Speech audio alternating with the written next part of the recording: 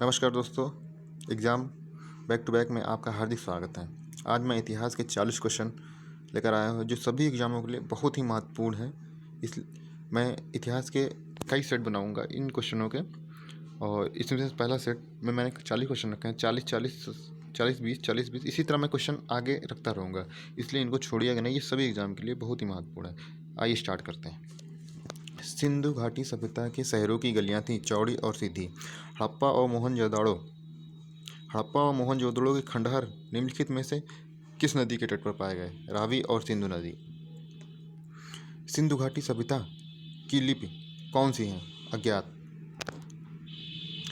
बिना दुर्ग के एकमात्र सिंधु नगर कौन सा था? चहुदड़ो। मोहनजोदड़ो में सबसे बड़ा भवन कौन सा है? धान्यागार। विशाल स्नानागार कहाँ मिलता है? मोहनजोदड़ो। सिंधु घाटी के लोगों की एक महत्वपूर्ण रचना निम्नलिखित में से किसकी मूर्ति थी? नृत्य करती हुई बालिका। देवी माता की पूजा संबंधित थी सिंधु घाटी सभ्यता के साथ। सिंधु घाटी सभ्यता का पतन नगर बंदरगाह कौन सा है? लोथल, जो कि अब गुजरात में है। लोथल नामक स्थान पर निम्नोक्त सभ्यताओं में से किसका जहाजी माला घाट था? सिंधु घाटी। सिंधु अर्थव्यवस्था की ताकत थी कृषि। सिंधु सभ्यता के टेराकोटा में निम्नलिखित में से कौन सा पालतू जानवर विद्यमान नहीं था? गाय। देवी माता की पूजा संबंधित थी सिंधु घाटी सभ्यता के साथ। वैदिक आर्यों का प्रमुख भोजन था दूध और उसके उत्पाद। निम्नलिखित में से कौन सा अन्य मनुष्य द्वारा सबसे पहले प्रयोग किया गया? जौ। जौ जो है मनुष्यों के खाने में सबसे पहले प्रयोग किया गया, जो कि मोटे अनाज के रूप में आता है। वैदिक लोगों द्वारा किस धातु का प्रयोग सबसे पहले किया गया? तांबा, ताम्र। वेद शब्द का अर्थ है ज्ञान। आर्य पूर्वों के साथ अपने संघर्षों में सफल रहे क्योंकि उन्होंने घोड़ों द्वारा चलाए जा रहे रथों का प्रयोग किया। आरंभिक वैदिक काल में पूर्ण व्यवस्था आधारित थी व्यवसाय पर। आर्यों को एक जाति कहने वाला पहला यूरोपीय कौन था? मैक्स मूलर विद्वान, जो कि एक बहुत ही बड़ा विद्वान था। आर्यन जनजातियों की प्राचीनतम बस्तियां कहाँ हैं? सप्त सिंधु।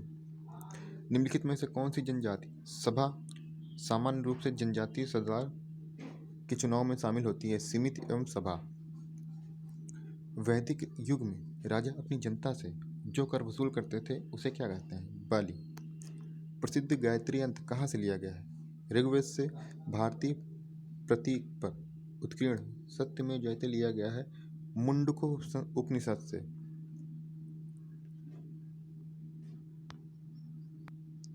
निम्न में से किस विषय ने वाद विवाद में अजेय याज्ञवल्क्य को चुनौती दी थी? गार्गी। गौतम बुद्ध का जन्म कहाँ हुआ था? लुम्बिनी में। गौतम बुद्ध का जन्म स्थान किसके द्वारा अंकित किया जाता है? अशोक मौर्य का रुमनदेय स्तंभ। बुद्ध किस वंश से संबंधित है? शाक्य वंश। प्रथम बौद्ध परिषद कहाँ आयोजित की गई? राजगृह। पांचवी बौद्ध परिषद का आयोजन किसने किया था? हर्ष ने। बुद्ध का क्या अर्थ है? ज्ञान प्राप्ति। बौद्ध धर्म के समाज के दो वर्गों को अपने साथ जोड़कर एक महत्वपूर्ण प्रभाव छोड़ा, स्त्रियां एवं शूद्र। बुद्ध ने अपना प्रथम प्रवचन कहाँ दिया था? सारनाथ। धातु से बने सिक्के पहले कहाँ प्रकट हुए थे? बुद्ध के काल में। प्रारंभिक बौद्ध धर्म ग्रंथों की रचना किसने की थी? पाली पाठ ने। आरंभिक बौद्ध साहित्य किस भाषा में रचे हैं? पाली में। बौद्धों के प्रसिद्ध ग्रंथ का क्या नाम है? त्रिपिटक। बौद्ध धर्म में बुल का संबंध बुद्ध के जीवन की किस घटना से है? जन्म से। भारत में 5वीं शताब्दी के प्राचीन विश्वविद्यालय की स्थापना कहाँ की गई थी? नालंदा में। बुद्ध का प्रबोध कहाँ प्राप्त हुआ था? बोध गया। प्रबोध मतलब ज्ञान। बुद्ध धम्म एवं संघ मिलकर कहाँ क्या कहलाते हैं? त्रिरत्न। इच्छा सब कष्टों का कारण है, इसका प्रचार करने वाला धर्म कौन सा है? बौद्ध धर्म। बौद्धों के पवित्र अवशेषों पर निर्मित गुंबदाकार छत वाली अर्ध गोलाकार संरचना को क्या कहते हैं? स्तूप।